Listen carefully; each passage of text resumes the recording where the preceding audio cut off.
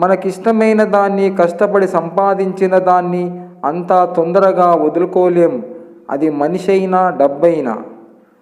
కారడవిలో బండరాయి సైతం ఓర్పు వహిస్తే ఆలయంలో విగ్రహం అవుతుంది. కష్టాల కడలిలో మనిషి సైతం సహనం వహిస్తే గొప్పగా మారడానికి తోడ్పడుతుంది నిగ్రహం. డబ్బు కోటీశ్వరుడు అనే పేరు మాత్రమే తెచ్చిపెడుతుంది, కానీ సంస్కారం వెలకట్టలేని గౌరవాన్ని సంపాదించి పెడుతుంది. నీకు నువ్వు పూర్తిగా నమ్మినప్పుడే దేనినైనా ఆచరించు, ఏదైనా అంగీకరించు. ఎవరో చెప్పారని గుడ్డిగా దేనిని అనుసరించకు, ఏది పాటించకు.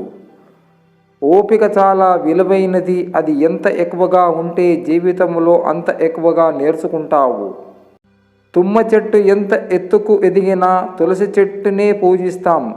అలాగే చెడ్డవాడు ఎంత గొప్పవాడైనా గొప్ప మనసున్న మంచివారిని గౌరవిస్తాం. ఈ ప్రపంచములో ఏది పగిలినా అది శబ్దం చేస్తుంది, కానీ ఒక మనసు పగిలినప్పుడే మౌనంగా మిగిలిపోతుంది.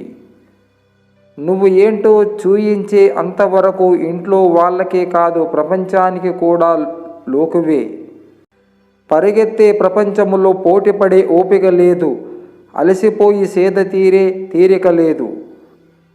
తల ఎత్తి ప్రశ్నించే ధైర్యం ఉన్నా నా పరిస్థితులు నన్ను తలదించుకొని సాగిపోమ్మన్నాయి.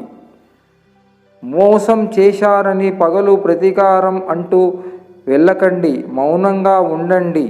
కుళ్ళిన పళ్ళను చెట్టు మోయదు, వాటంతట అవే రాలిపోతాయి. ఆ పాపం మన చేతులకి ఎందుకు? దేవుడిని ఆరాధించాలంటే భక్తి కావాలి, అభిమానించాలంటే మనసు కావాలి. అంతకంటే ఎక్కువగా ప్రేమించాలంటే మంచి హృదయం ఉండాలి. అప్పుడే దేవుడైనా ఒకరికి దాసుడు అవుతాడు. ఒకరిని మోసం చేయగలిగినానని సంబరపడి గర్వించకు. నీ మీద ఉంచిన నమ్మకాన్ని, మంచి గౌరవాన్ని కోల్పోయావని త్వరలో తెలుస్తుంది. మోసగిస్తూ బతికే బతుకు ఎంతో కాలం నిలవదు.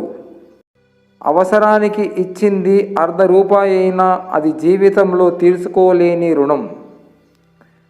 కావలసింది సాధించుకోవాలి అనుకున్నప్పుడు పరిస్థితులకు భయపడకూడదు.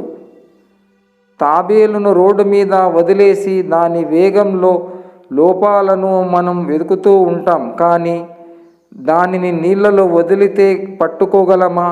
ఉండాల్సిన చోట ఉంటే ప్రతి ఒక్కరూ గొప్పవాళ్ళే. నవ్వుతున్న రోజుల కంటే నలుగుతున్న రోజులే ఎక్కువ. కదలని బొమ్మకు కవితలు చెప్పినా, మారని మనిషికి నీతులు చెప్పినా ఒక్కటే. అరుదుగా పొందే అనుభవాలే జీవితానికి సరిపడ జ్ఞాపకాలు.